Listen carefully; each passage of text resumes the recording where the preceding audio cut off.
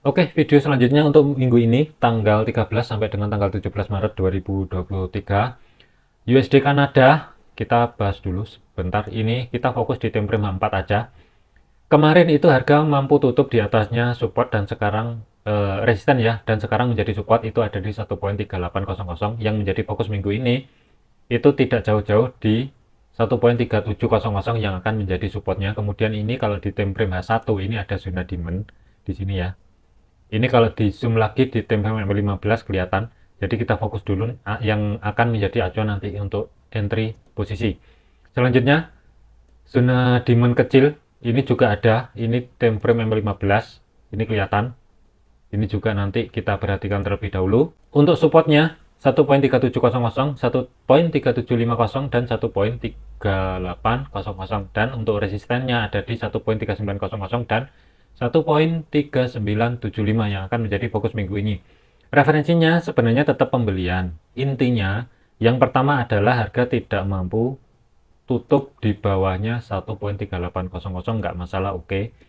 Untuk resikonya itu ada di satu poin kurang lebih ya, di bawahnya sedikit. Kalau kita bulatkan itu ada di 1.37400. Untuk targetnya bisa maksimal ada di sini 1.3975, dengan catatan nanti hari Senin ini harga tidak mampu tutup di 1.3800. Cuman kalau harga ada di bawahnya area tersebut, apalagi zona demand ini break, abaikan dulu, jangan diambil. Ini ada potensi harga masih menuju ke zona demand yang kedua yang ada di sini, yang akan menjadi referensi pembelian nanti untuk yang kedua. Kita kasih label dulu stop lossnya 1.37400 yang akan menjadi referensi yang pertama ini. Tentunya untuk pembeliannya ada di atasnya 1.3800, atau kita ambil dulu yang 38100 ya, nanti kalau misalkan koreksi sedikit ke bawah. Untuk targetnya 1.3900 ini yang akan menjadi TP1. TP2 nya adalah 1.3975 dengan catatan zona supply ini harus break terlebih dahulu. Ini untuk yang referensi pertama USD Kanada. Kemudian referensi yang kedua itu adalah kalau misalkan nanti harga ini mampu tutup di bawahnya 1.3800, perhatikan aja di kisaran area zona demand yang di sini. Cari konfirmasi kembalikan arahnya selama zona demand ini tidak jebol, itu ada di 1.37500, baru nanti trade ini bisa dibuka. Dengan catatan nanti ya, perhatikan kembali yang ada di resisten 1.3800, baru nanti kita pikirkan yang ada di 1.3900. Kalau misalkan kita gambar, cari di atasnya 1.37500 amannya. Cuman pastikan terlebih dahulu zona demand ini tidak break. Ini kalau kita gambar untuk yang referensi kedua, target maksimal 1.3900. Kemudian untuk stop lossnya tidak jauh-jauh dari 1.3700. Kalau kita bulatkan nanti kita ambil yang 36800 saja. Ini untuk labelnya 1.36800 untuk stop loss sementara. Untuk area entry-nya pastikan ada di atasnya 1.37500, atau kita ambil yang 600 saja. Ini untuk area entry. Kemudian TP1 itu jangan jauh-jauh dulu, tapi ambil yang 1.3825, kurang lebih di kisaran area ini. Kemudian untuk TP2 ada di 1.3900. Ini untuk yang referensi untuk USD Kanada minggu ini. Jadi ada dua, pilih sendiri. Sedikit ya, sedikit hati-hati karena ini trennya naik. Kemudian kalender ekonomi kemarin kan untuk US itu kan kalau dibilang negatif-negatif amat sih enggak, cuman kan di pair lain itu kan drop, cuman ini harga bertahan aja, jadi hati-hati. Selanjutnya kita ukur dulu aja untuk stop loss ya, untuk resiko yang pertama ini adalah kurang lebih 70 pip ke bawah dan 160 pip ke atas untuk yang pertama resikonya. Kemudian resiko yang kedua ini kurang lebih sekitar 78, atau kalau kita bulatkan ya 80 lah, antara 75 sampai dengan 80 pip resikonya, dan target maksimal ada di 140 pip. Jadi pikirkan baik-baik. Di Swiss selanjutnya yang perlu diperhatikan yang paling bawah adalah supportnya 0.9075, kemudian yang ada zona demand ini ada di 0.9125. Kemudian ini kalau di time frame M15 ini kelihatan zona demand-nya. Ini kelihatan yang ada di sini. Kita fokus di H4 aja karena ini pergerakannya lumayan kuat, kita fokus di time frame H4. Nah, ini sempat mantul dan sudah ada penutupan 0.9200 ada di atasnya. Kemudian resistennya yang ada zona supply-nya yang pertama adalah 0.9300, kemudian yang kedua adalah 0.9375, dan terakhir yang menjadi fokus minggu ini adalah 0.9425. Sebenarnya referensinya adalah pembelian, nggak masalah.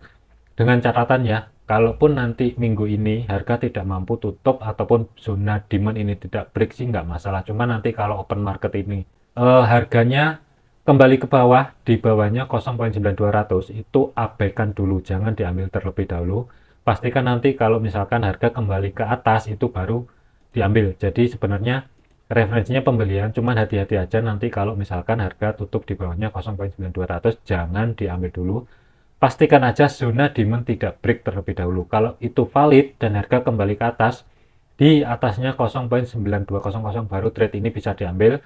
TP yang pertama itu selisih 100 pip dan TP yang kedua itu bisa dimaksimalkan aja, dengan catatan nanti stop lossnya kita adjust di atasnya break even. Kalau misalkan kita gambar untuk pembelian itu seperti ini, untuk risiko stop lossnya ada di bawahnya zona demand dan targetnya ada di atas. Oke, kalau kita kasih label stop loss, kita bulatkan dulu, kita ambil yang 0.91400. Kita ambil yang di sini dulu, dengan catatan trade ini bisa dibuka selama satu, zona demand tidak break. Yang kedua, ada penutupan di 0.9200, baru trade ini bisa diambil. Kita bulatkan di 0.92100 untuk area entry-nya. Kemudian TP1 ada di sini, sambil perhatikan nanti zona supply-nya ini break atau tidak. Kemudian untuk TP2-nya ada di 0.9425, kurang lebih di kisaran area tersebut. Mungkin referensinya untuk USD Swiss minggu ini seperti ini.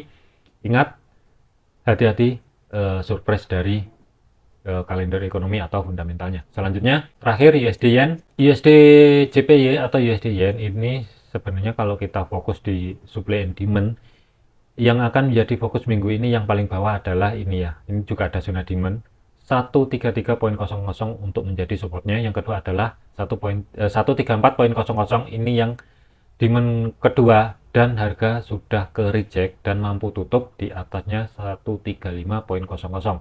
Kemudian resistennya ada di 135.75, 136.500, dan terakhir untuk fokus minggu ini adalah 137.75. Kemudian untuk referensinya, sebenarnya selama harga tidak mampu tutup kembali di bawahnya 135 sih nggak masalah, intinya nggak masalah.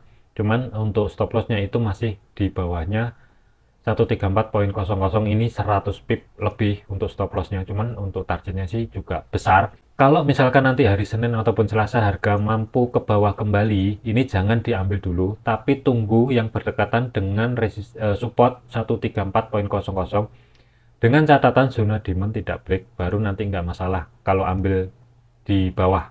Itu akan lebih oke, dengan TP1 nya 135.75 dan TP2 nya ada di 137.75. Cuman nanti kalau yang dikhawatirkan harga hari Senin itu tidak mampu kembali ke bawah dan langsung ke atas, ini yang dikhawatirkan. Ini yang akan menjadi referensi yang kedua. Ini yang referensi pertama kita gambar dulu. Kalau misalkan harga terkoreksi ke bawah, itu pastikan zona demand ini tidak break, yang pertama. Yang kedua adalah tunggu penutupan kembali di atasnya 134.25, amannya di situ. Untuk stop lossnya tidak jauh-jauh dari bawahnya zona demand, untuk targetnya bisa maksimal. Kalau kita ambil high yang ini juga nggak masalah sebenarnya, cuman kita fokus dulu di sini nanti. Kalau zona ini jebol, baru nanti ini bisa dimaksimalkan. Oke, untuk labelnya 133.400 akan menjadi acuan untuk stop lossnya. Kemudian area entry-nya itu di atasnya 134.25, ini untuk area entry-nya. Kemudian TP1-nya di sini terlebih dahulu 13575. Nah, ini untuk TP pertama. Kemudian TP yang kedua, kalau mau maksimalin sih nggak masalah, nanti kita ambil di sini dulu, dengan catatan kalau memang benar ini harus di adjust di atasnya break even, baru nggak masalah.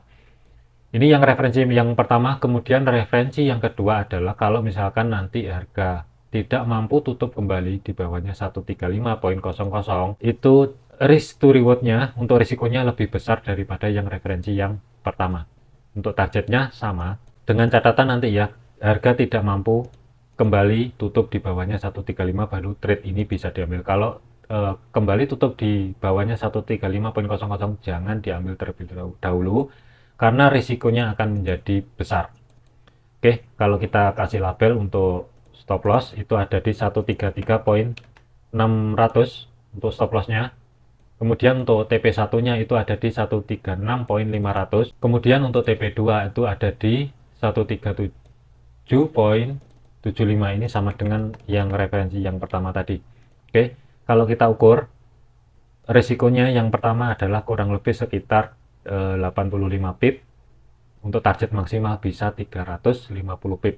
Jadi pikirkan baik-baik. Ini lumayan gede. Kemudian yang kedua ini risikonya tentunya adalah lebih dari 100 pip. Kurang lebih ya 150 pip untuk risikonya, untuk mendapatkan target kurang lebih sekitar 260 sampai dengan 270 pip.